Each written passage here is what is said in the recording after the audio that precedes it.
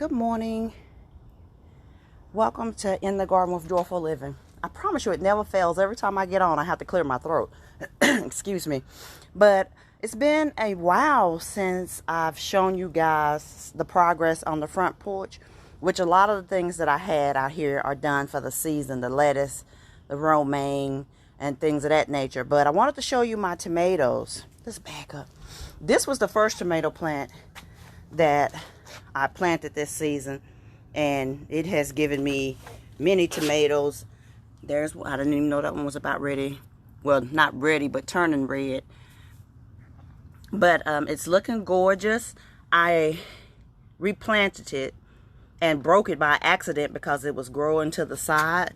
And although it has the main stem, the side shoots are heavier because they were already growing. The suckers were already growing when I purchased it. I didn't know anything about that at the time.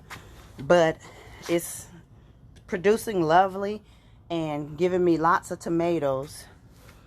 When I accidentally broke it, this is the offspring from it. Good morning, Lori. So these are both better bush tomatoes. That's Roma tomato, and that is a third better bush tomato. I planted them in succession because I wanted to have a continuous harvest throughout July and August. I'm kind of disappointed though because I purchased determinate varieties because they should stay smaller and they shouldn't need to be staked. Well, I realized pretty early on it needed to be staked, so I used some little 2-foot bamboo stakes and a hook that I had.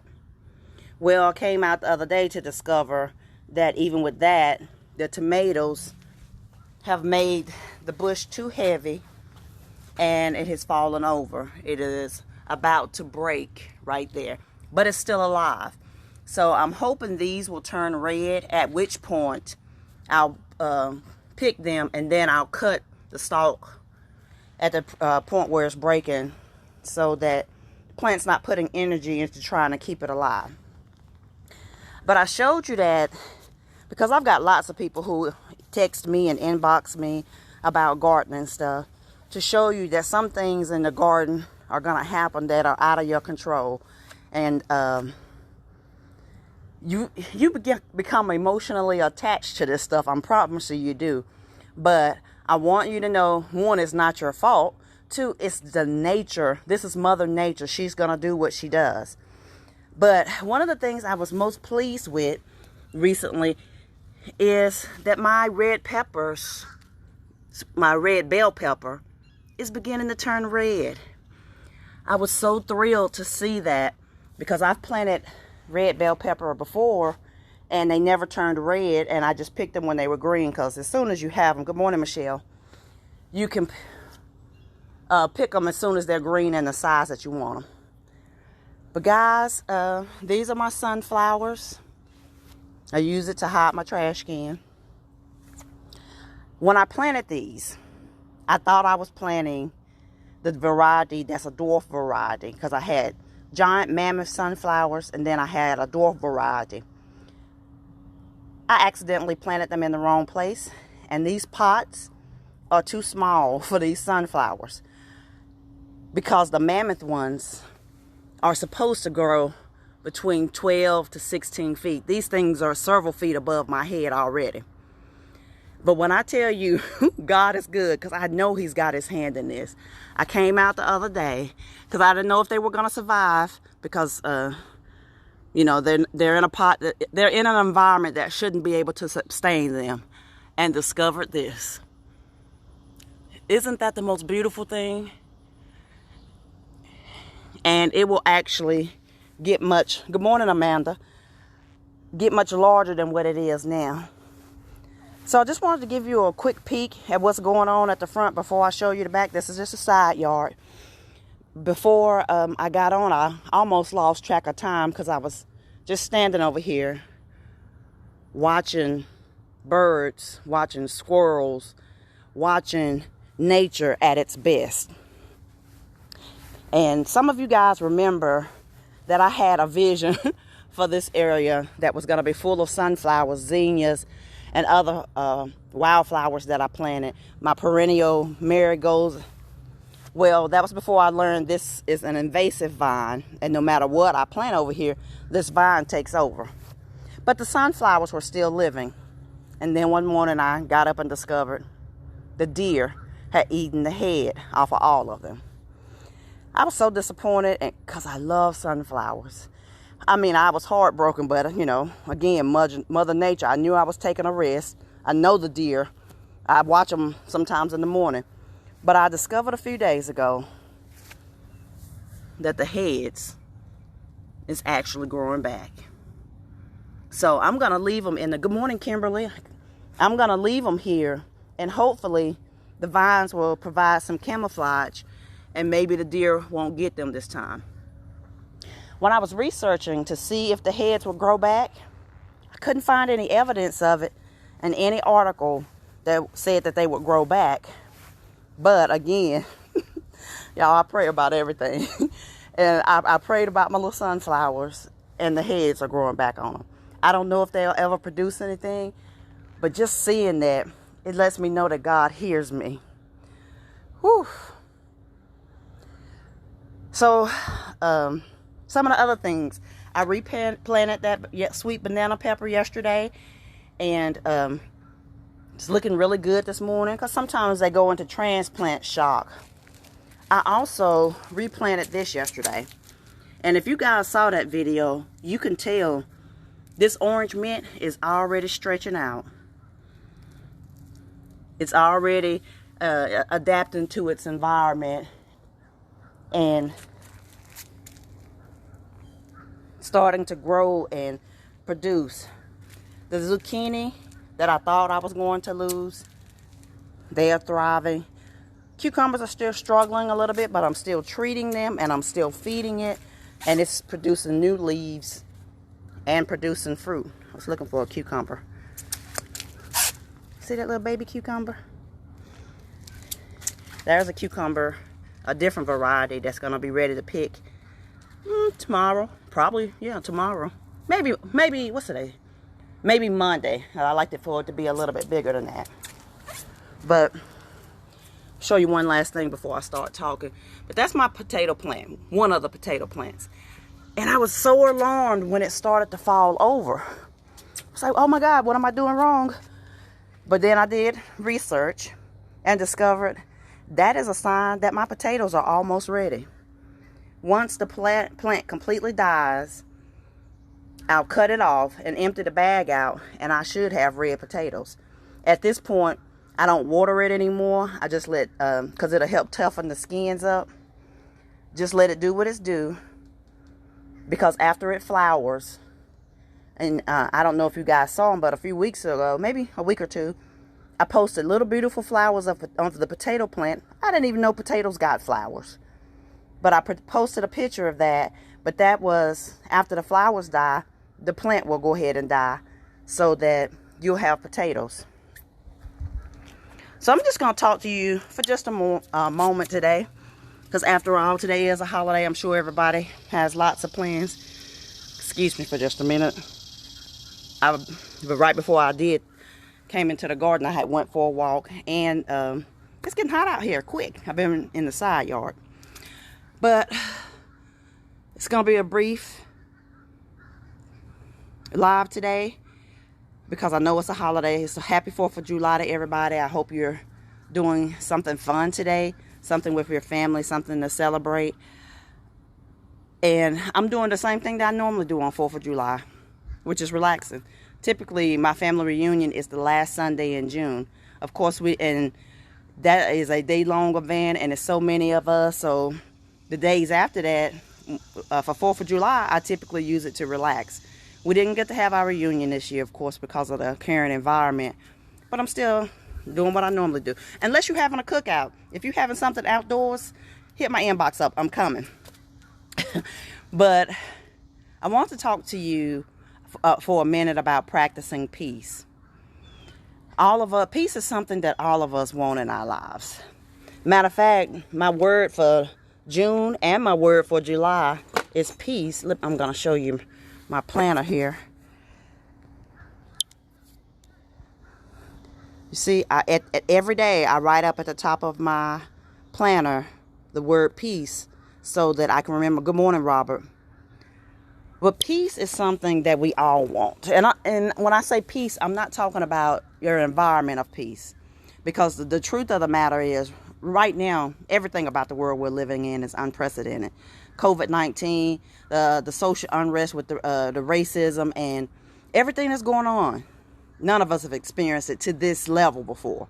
So I'm not talking about peace in your external environment.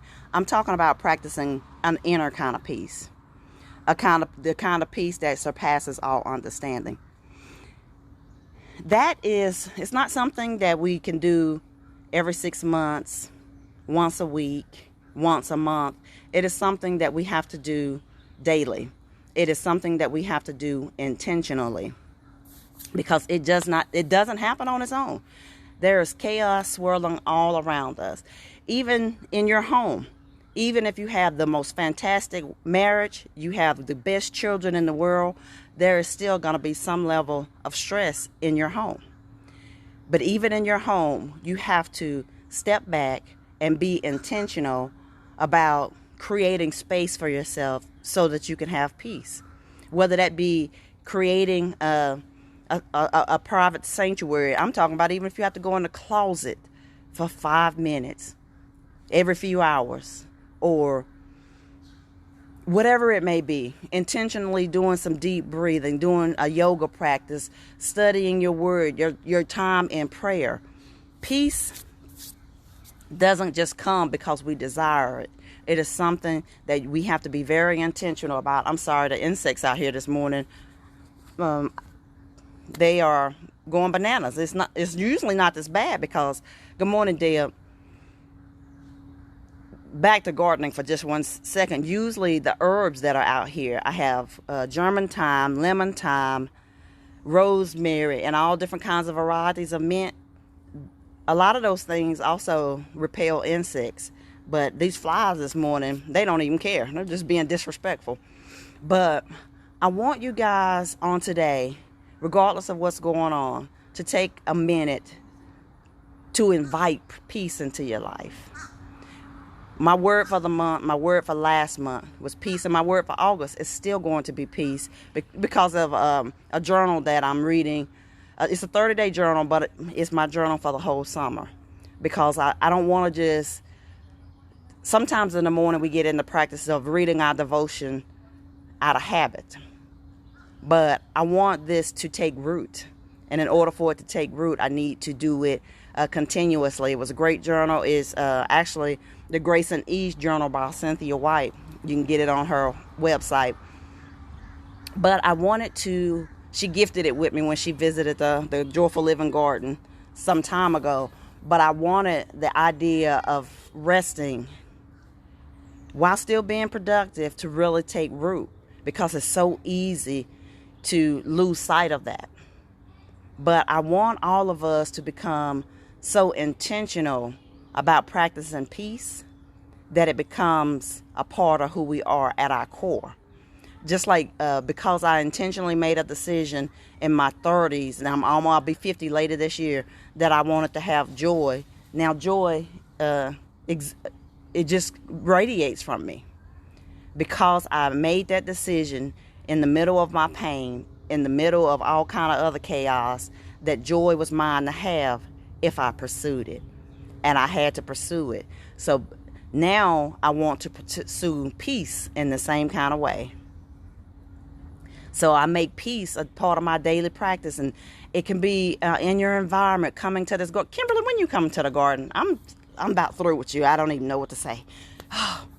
But seriously, coming to the garden is part of my practicing peace. So much so that I lose track of time when I'm out here.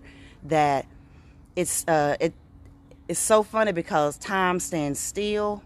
The time in the world is still going by, but when I'm out here, it stands still for me, and I'm in a place of rest. I'm in a place of where I can regroup myself, and I don't feel hurried to get back to whatever it was I was doing, whatever's on my to-do list. I've still been able to do all of that while taking some time out for me, because we get so hurried and so rushed trying to take care of our families, taking care of jobs, taking care of our business, taking care of ministry, that we forget to seek the peace in the middle of all of that, and we forget to rest in the part of that, because rest is a part of God's nature, because he created the world and then on the seventh day he rested. But we somehow, in the world that we live in and in the lives that we choose, we've taken rest out of that. But it's an integral part of who we are, and because of that, we are stressed out, burned out, and fatigued. So today, I want you to be intentional about practicing peace. I want you to close your eyes outside. You can do it indoors, but it's so much better outside. Even if you're not an outdoor person, I want you to find a quiet place to sit outdoors today in the shade because it's hot. And take a moment to practice inviting peace into your life.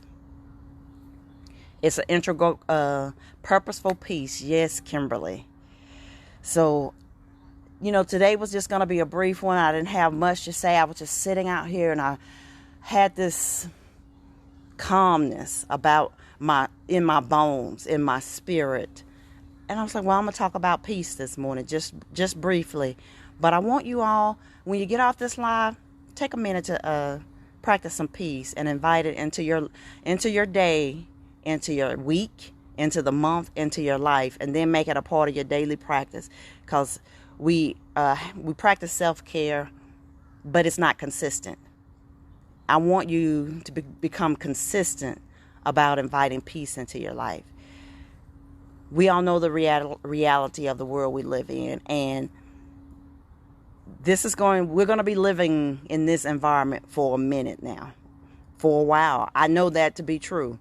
So I want you all to learn how to have peace in the middle of the storm, and to be able to exude it from your core, so that we can all show this world what it should be, or how it can be.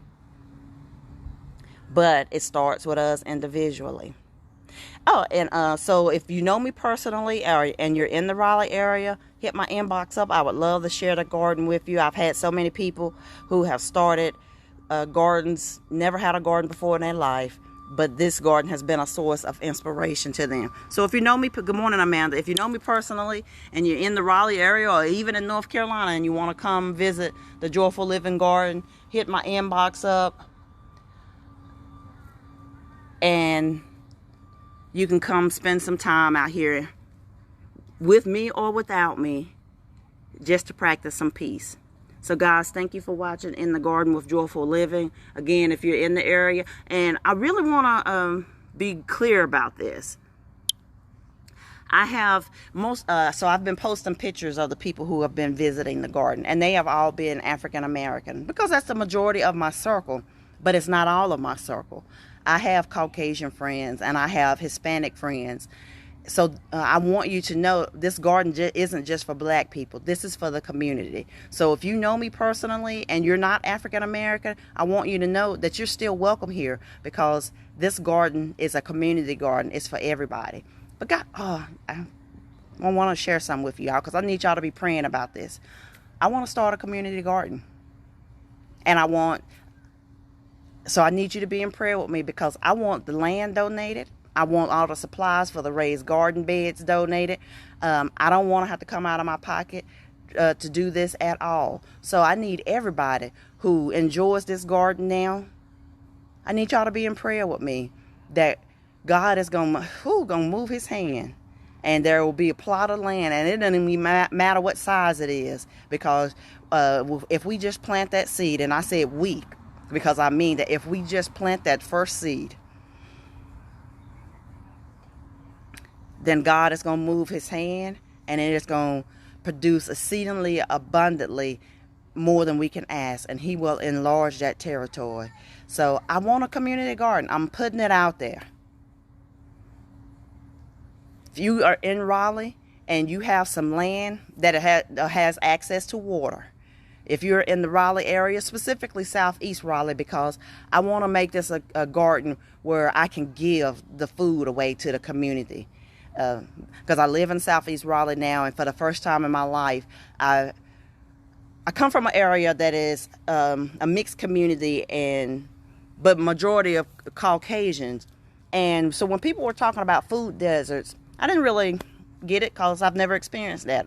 I had access to food.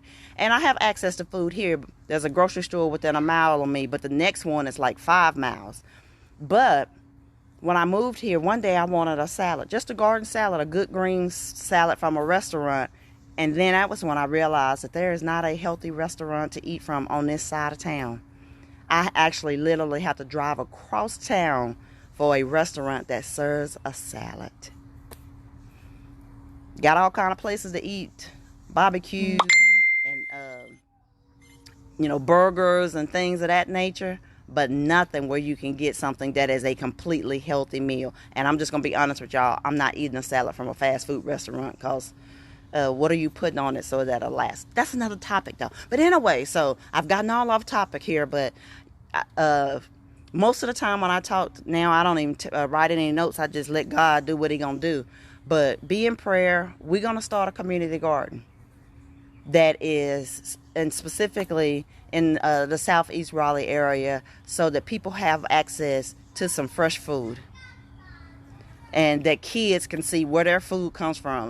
Y'all, I'm gonna tell y'all, that pinto bean photo that I posted a few weeks ago caused an uproar. I mean, almost 200 people reacted to that, either via comments or through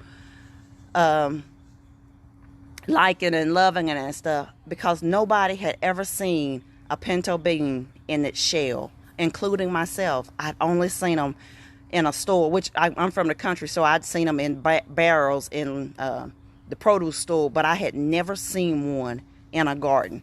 And some people was like, I didn't even know pinto bean. I didn't know where they came from. I had never even thought about it. But pinto beans are grown, all kinds of legumes and beans and peas and all of that stuff. It comes from a garden. But anyway, so I digress, because this is my passion. I love it. So guys, thank you so much for tuning in to In the Garden with Joyful Living. You know the desires of my heart. God, I need y'all to be in prayer that God is going to make this thing happen, and it's going to be a community garden for everybody, because I wanted to join a community garden years ago, and the few that I found in Raleigh, they have stipulations for that you have to live in that community, but none of them were in diverse communities. They were in higher end communities, and it didn't provide access to some of the people that needed it. So community garden, put it on your prayer list. The Joyful Living Garden, that's the name of it. This is my Joyful Living Garden here, but we're going to expand this thing to 10 to 20 times what it is now, so that we can actually feed some other people. So guys, thank you for tuning in this morning. I love you all. If you know somebody with a plot of land with access to water, and or you want to be involved in it, you want to help build raised boxes, because we're going to start gardening year round. I've already got plans for my fall garden. We're going to do some garlic and kale and things of that nature, because I'm not letting this go. I've been doing in the gardens for a few years now, and teaching, because that's one of my gifts, is teaching.